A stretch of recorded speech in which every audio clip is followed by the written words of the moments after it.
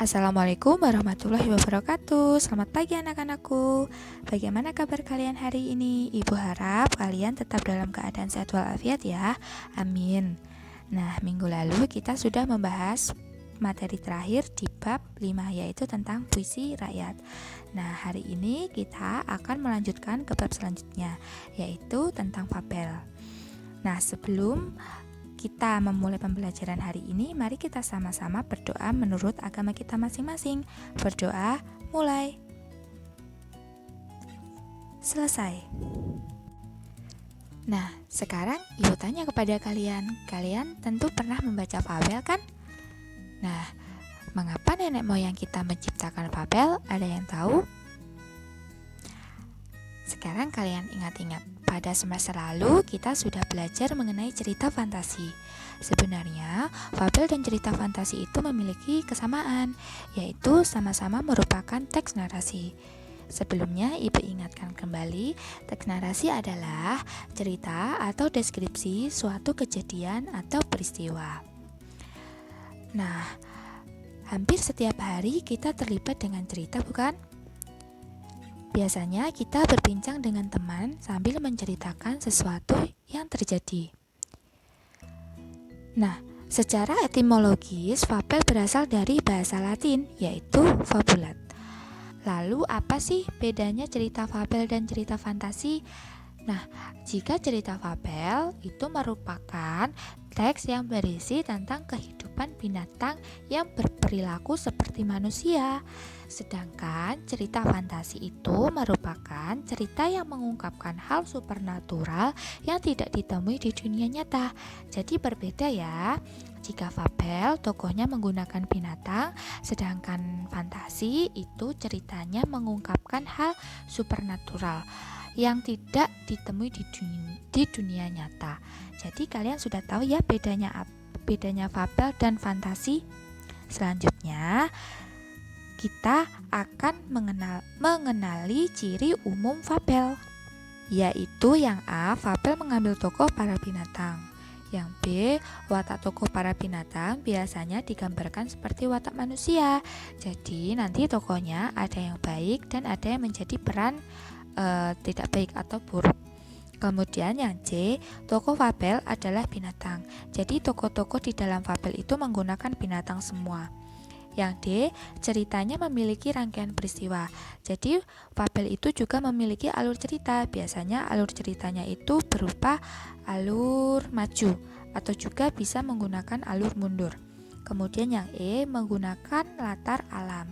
Nah, latar alam tersebut biasanya hutan, sungai, kolam, danau, sawah, dan lain-lain. Kemudian fabel bertema kehidupan binatang. Dan ciri bahasa yang digunakan yaitu yang pertama, kalimatnya merupakan kalimat naratif atau peristiwa. Contohnya seperti kata mendatangi ikan yang sedang kehujanan, ataupun semut menyimpan makanan di lubang. Kemudian ciri bahasa yang lain adalah kalimatnya menggunakan kalimat langsung yang berupa dialog para tokoh. Dan yang ciri bahasa terakhir adalah menggunakan kata sehari-hari dalam situasi tidak formal. Nah, seperti bahasa percakapan kita. Lalu kemudian ada unsur-unsur fabel, yaitu yang pertama ada tokoh. Biasanya tokoh yang digunakan adalah hewan. Hewan tersebut akan menjadi pelaku dalam cerita. Bisa berupa tokoh protagonis, antagonis, tokoh utama, ataupun tokoh pembantu. Nah, ciri tokoh utama adalah yang pertama, sering dibicarakan. Kedua, sering muncul dalam cerita. Ketiga, menjadi pusat cerita atau penggerak dalam jalan cerita. Kemudian, jika tokoh pembantu adalah tokoh yang biasanya menjadi tambahan atau tokoh-tokoh yang menjadi selingan di dalam cerita tersebut. Kemudian yang ketiga ada penokohan. Penokohan yaitu memberi karakter pada tokoh. Karakter tersebut bisa bersifat protagonis ataupun antagonis yang tidak disukai. Kemudian watak. Watak tokoh dapat disimpulkan dari penggambaran fisik, penggambaran tindakan tokoh ataupun dialog tokoh. Keempat ada latar atau setting. Nah, adalah tempat atau waktu ataupun suasana yang terjadi di dalam cerita.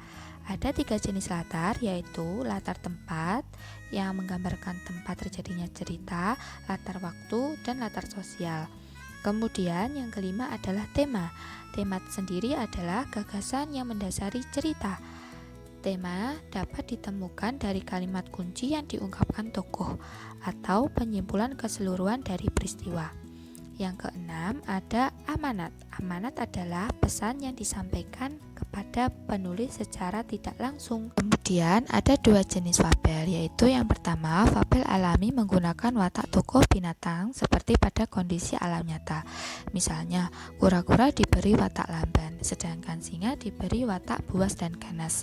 Selain itu, fabel alami menggunakan alam sebagai latar, misalnya hutan, sungai, kolam, dan lain sebagainya. Sedangkan fabel adaptasi adalah fabel yang memberikan watak tokoh dengan mengubah watak aslinya pada dunia nyata dan menggunakan tempat-tempat lain sebagai latar, misalnya di rumah, di jalan raya, dan lain sebagainya. Kemudian contoh dari fabel adaptasi yaitu Landak yang pemalu sedang berulang tahun di rumah makan. Nah, mungkin itu saja materi yang bisa Ibu sampaikan pada hari ini. Semoga ilmu yang kita dapat hari ini bisa bermanfaat untuk kita semua. Amin. Sekian, wabillahi taufiq wal hidayah. Wassalamualaikum warahmatullahi wabarakatuh. Tetap patuhi protokol kesehatan. Terima kasih.